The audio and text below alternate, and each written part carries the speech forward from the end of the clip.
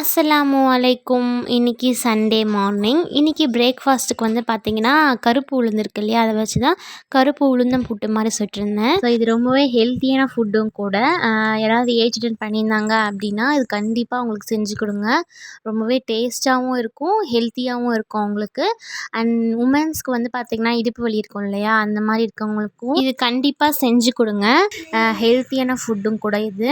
இதோட ரெசிபி வந்து இன்ஷா அல்லாஹ் நான் லாங் வீடியோவில் உங்களுக்கு நான் ஷேர் பண்ணுறேன் எப்படி இது ப்ரிப்பேர் பண்ணணும் அப்படின்ட்டு. இந்த புட்டு கூட வந்து நல்லெண்ணெய், தேங்காய் பூ, சர்க்கரை அப்படி இல்லைன்னா நெய் இருக்கு இல்லையா, இதெல்லாம் ஊற்றி சாப்பிட்றப்ப ரொம்பவே டேஸ்ட்டாக இருக்கும்.